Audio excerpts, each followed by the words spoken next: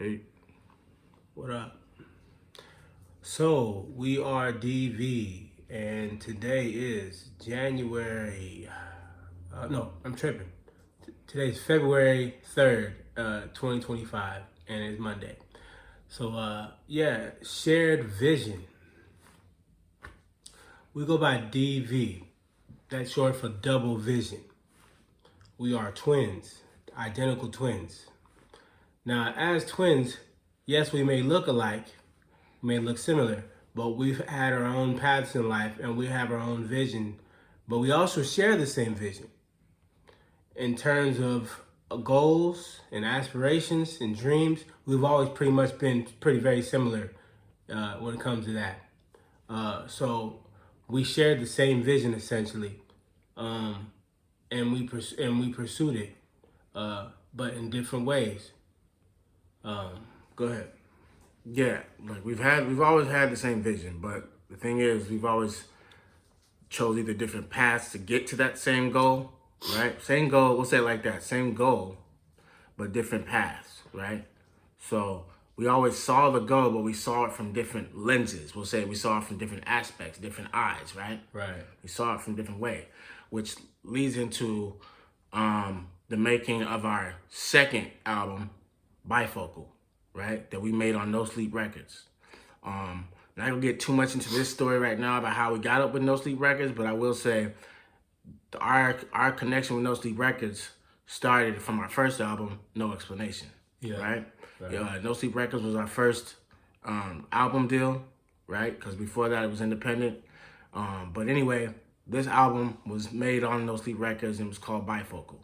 And Bifocal, how we came up with that name, was touching on like we were just talking about, where we went with the concept that, all right, like when you look at the bifocal glasses, you're looking out of two separate lenses, technically. It's one lens, but they're separated, right?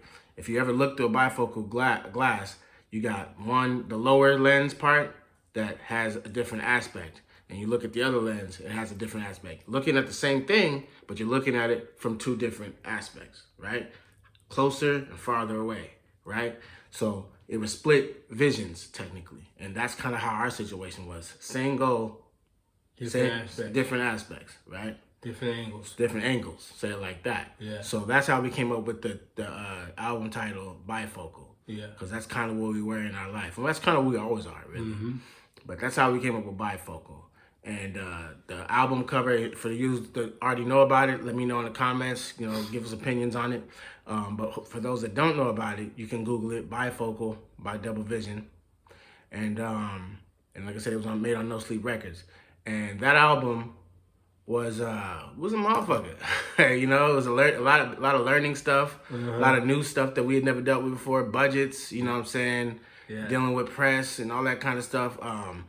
Press runs on radio back when radio was pretty heavy still. Yeah, dates times you have to meet. Yeah, deadlines we had to meet. Deadlines, yeah. Right. So, but yeah, the album title was Bifocal, and the first single off that, the leading single that we promoted off of that was DIY or Die. Yeah. Right? Because we was coming from a DIY place at when we started, independent place. And plus even the label we were on at that time was still independent, but it was kind of like a major independent label. Mm-hmm. It's actually, and the funny part about it was, even though we were our hip hop, it's a pop punk label. Pretty sure they still are. Yeah. Pop punk label. Based out of Orange County, Huntington Beach. And yeah, we was the first hip hop act for them to sign. And so yeah, the first single off that was DIY or Die, and it was an anthem for all independent people. Yeah. Not necessarily hip hop, just independent grind from anybody. You know what I mean? If you're a hustler that's doing your independent thing, if you're a businessman, an entrepreneur doing your independent thing, that's what that anthem was about. Yeah. Right? DIY or Die. Look it up. But that was the anthem for all independent people. And yeah, that from that single on down, each song from that album kind of reflected where we were at in that album. Sure. And we recorded a lot of it, or all of it, locally where we were living at the time in Quincy, Illinois. Yeah. Right? We actually signed the deal from Quincy, Illinois. We had just moved back there from St. Louis at the time. Yeah. But you know, we moved around a lot, so you know, we got roots all over the damn place. Mm-hmm. But yeah, it was a different experience because at that time when we made that album, it was the jerking movement was going on, jerk movement was going on, you know. So people thought that we were doing the jerk thing because the way we dressed. We had a song on there called Skinny Jeans. Yes, we did have a song called Skinny Jeans. Most definitely and did we were rock skinny as jeans. fuck wearing skinny jeans. It was like 140 fucking pounds wearing baggy skinny jeans, right? Because I couldn't fit shit else. This is the only reason I got into wearing skinny jeans because I was bony, fuck skinny, right? Yeah. Also, other shit. But yeah, dude, like it was a great time making that album. Yeah. For those who we do know back in Illinois, they know what the making of that was. We put together a lot of different people for that album. Yeah. We even hired our Uncle Dale to sing on a song called Father's Day. We really did. Father's Day was a song that we made on that album that was a dedication to all fathers. You know, we always hear about Mother's Day, they put all that emphasis on mothers, you know, but we was raised by a single father. Yeah. So we felt like it was only right to make a song about the single fathers. For sure. Or just the fathers in general, right? Yeah. So the song was called Father's Day, and our Uncle Dale, our mother's brother, sang the hook on that. Yeah, you know, he's a great singer. He's an old school cat. I guess you can, when you think about what he kind of sound like, I'd say the closest thing I can think of is Charlie. I think Charlie Wilson. Charlie Wilson, you know what I'm saying? So he sang the hook on that. Yeah. So imagine that. But look it up. You know, let us what you think about it in the comments. But yeah, Bifocal was the name of that album. And let me see. Let's get into some of the making of it, though. Yeah, we did some of it in a few different studios down there. We did some we did one through a couple of when we had like a live band.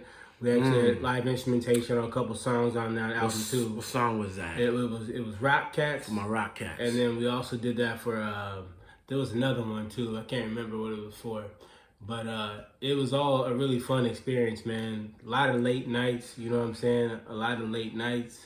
And everybody came from a lot of different backgrounds. Right. It was all music. We all knew each other through music just growing up. Right. But we all was like just different. Like Jared Flora, shout out to him. He was like, at the time I think he was doing like heavy metal or something like that. And he was pretty intense dude anyway. So we knew he was perfect for the job, man. Yeah, he was a big time drummer, yeah, hardcore. Yeah, dude was a pretty intense dude. Another fellow Pisces, by the way. Yeah. Then we had Big A. Big A. He kind of came from a jazz. He came from a jazz background. Yeah. Right, and he played what was it? With trumpet. He played horns, right? No, he played bass. He played bass on there. Yeah. I do remember that. Right. And then we had Pete. Pete was on there. Shout out to Pete. Right. You know. And Mandy, I don't even want to mess her last name up, but she got red hair. And she pronounces it Dick Hoot. Dick Hoot. Don't fuck it up. Don't fuck it up and piss nobody off. Mandy Dick Hoot. She was the engineer on that album, or most of that album. Yeah. But we gotta shout out Brian Bergman. Yeah, most of that's the home team. We started off with that. That's the home team. He built his own home studio. Yeah, motherfuckers. And it was ridiculous, you know. Yeah. And he did a great job doing his part on the engineering part of that. Sure did. Yeah. We recorded at a few different studios, and the label at the time was, you know, paying for the budget to do that. Yeah. You know. Yeah. We had Jansport J. Yeah. We had a song from him. Yeah. We had a few. And we got a lot of respect for his music. Let's see, who else? God damn it. I can't remember his name right now. He's from Philly. Did the Walk On By track. Yeah. I don't remember his name either, but that was a dope one. We hooked up with him. I remember that through No Sleep. Mm-hmm. No Sleep kind of found that guy. I want to say his name is Chuck Treese. It sounds familiar. Yeah, I think it's Chuck Treese. I think that's what it is. Yeah, he's also a skater too. Yeah, dope ass drummer. You know, you guys can look that up. But yeah, we got that, and there's a few good songs on there. Some of my favorites is "It's You." "It's You" was a love song. Mm-hmm. I want to say love song / breakup song. Yeah. Right.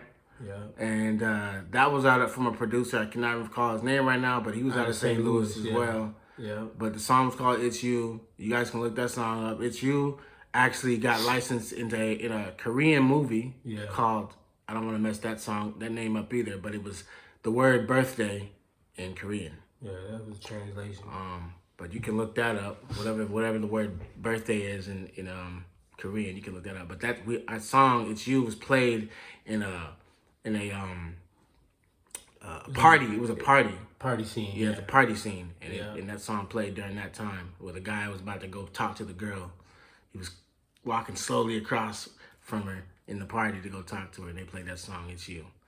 So we had a lot of good memories, and that's kind of what we're doing right now. Just gonna go over those memories of each song, or as much as that we can remember, and how the whole process of making Bifocal. Yeah, because you know, a lot of times, and other artists, I'm sure you guys can relate, when you're in that process of creating, and things and life is just going how it's going, and you don't really often take time. At least I don't take time to sit and kind of like, what's the word, like marinate or meditate on all the things, the whole process that you had gone through 100%. creating that art. You know what I mean? We just going through it. Yeah, and then we go on to the next thing. But I was like, hold up, let's go back. Like, I haven't really thought about all the things that we did and all the experiences he had in the process of building that whole thing and making it real. Right. You know? Right. So this is kind of like our little moment to reflect on that. Yeah, you know we never really did. Right. You know? Because it was a whole process. It went from the signing of it, creating it, to then leaving Quincy and coming back home to LA again. Yeah. Right? We came back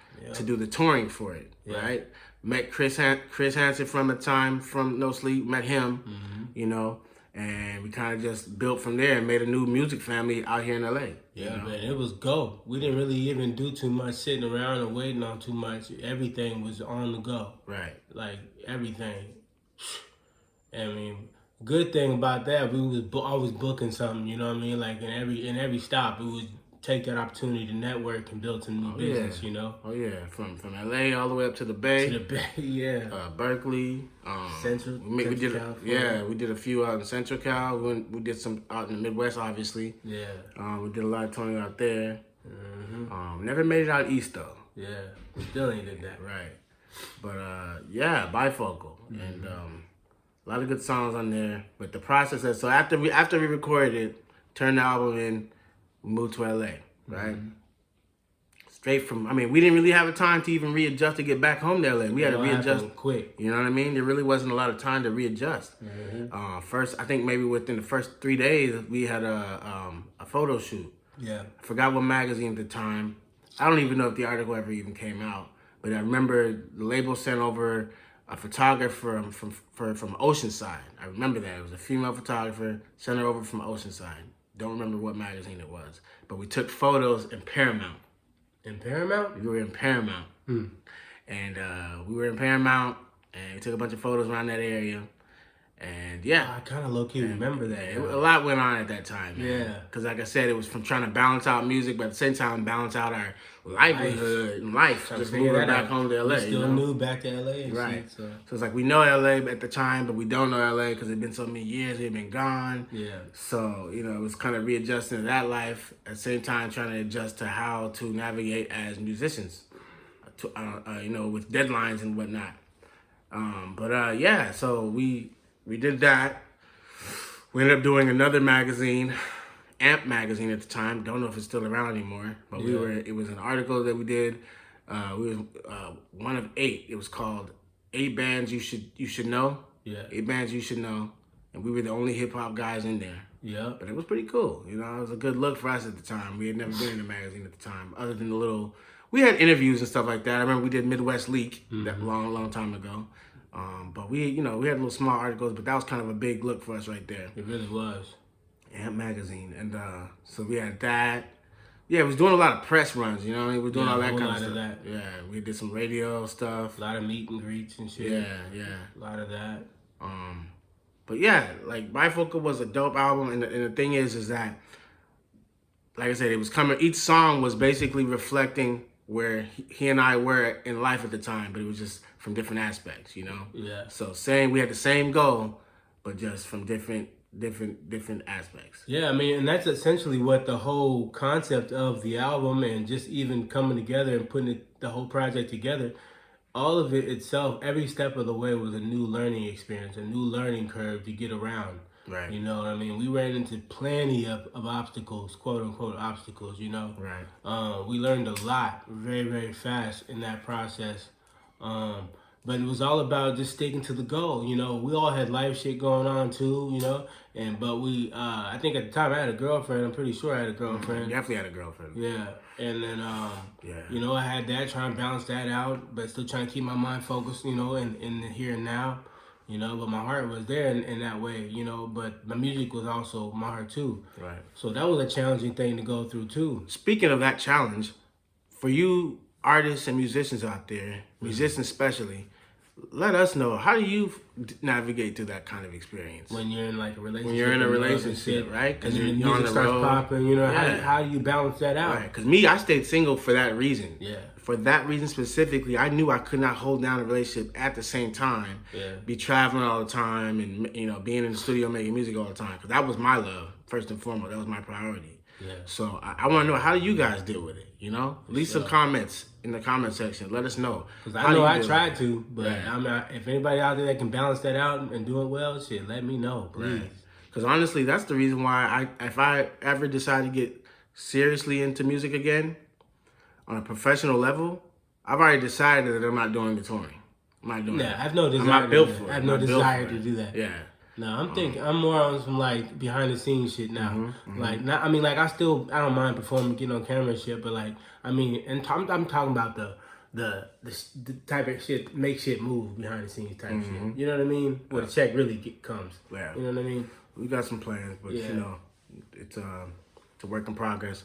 But yeah, just wanted to get into the fact that as twins, a lot of times, at least the kind of twins we are, we usually do have the same goal, but we see getting there from different angles. Yeah. So we always take different paths, but we always end up at the same goal usually. Right. And that's what Bifocal represented for us. That endeavor itself, just specifically talking about that's what that represented for us. Yeah, we had the same goal, but we had different ways to get there. You know? Same path. We both shared the same vision. You know, we had a shared vision, but we just had a different angle of looking at it. So, shared vision, but different paths. Different angles. So we just approached it differently, but we kept that in mind. What the main goal was. Right. What the vision was. You know. And I'm wondering, do you guys do that? Like as far as twins or anybody just in the groups? Let's talk about like that. Anybody who's like in a duo, right? Do you guys deal with that, or do you guys have different goals and just what happens? You know, I want to know. Because we never really got too far away from having different goals, or the same goals. We always had the same goals, just different ways to get there. But I understand that, you know, a lot of groups will just be like, cannot come together on the same goal. Yeah, I be feeling bad for bands that are really good and they got like 5, 6, 7 motherfuckers in there. Right. And they got to do it. Like Little Dragon. Right. Little Dragon, they're one of the best artists out there. Right. Best bands I've ever seen in my life live. Right. And I wonder, how do they maintain that chemistry, that love, where you know what I mean? Because we're human. Right. You never know. They got shit going on, you know. I'm pretty sure you Kimmy had a kid. Right. You Well, know? she just had a solo album too. See what I'm saying? Right. That's healthy probably for their relationship, for their band, you know, to keep the shit healthy, for her to do that. I also wonder how Wu-Tang did it. Right. All those people in I'm that sure band? they fought a lot. We're all grown men, shit, Right. different lives. So I'm sure they had they spouts, you know. Right. So how do you do it? Let me know. How do you guys do it? Leave some comments and make sure to subscribe too. And like this video, please. And please comment, because I want to know. I'm really not just want to be talking to ourselves. I want to know, what did you do? You know, what's your thoughts on this? How do you handle it? If you've been in a group before, if you're in a group, let me know. Make sure to subscribe, that we can keep connected that way.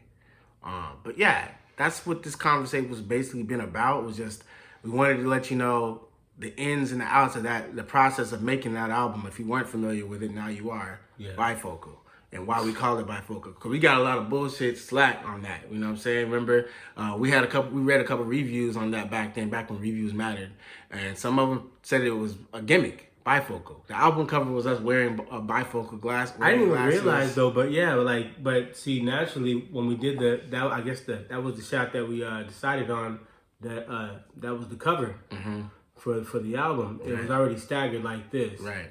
But that was just the way he took the picture. You know what I mean? I didn't realize it kind of went well with the bifocal concept, though. Definitely. Well, that was on purpose. I'm pretty sure that's what he thought. Yeah. Because he knew it was bifocal. It was already an official working name. So, Right. But yeah, man, we just wanted to let you know the ins and outs of that and our experiences. I'm sure we might even do a part 2 to this, just to kind of let you know more about it. But the name was Bifocal, and it was really about our shared our shared vision, but attacking it from different angles, right? And that was our concept idea, even though a lot of people had not so good things to say about it, say it was gimmicky and blah, blah, blah, blah, blah. But all in all, it was a great experience. And I'm glad you guys listened to us rant about this. Yammer on about it. Right. But anyway, as usual, stay up. Yeah. Love yourself. I love myself. Love yourself for yourself. For sure. Thanks for being here.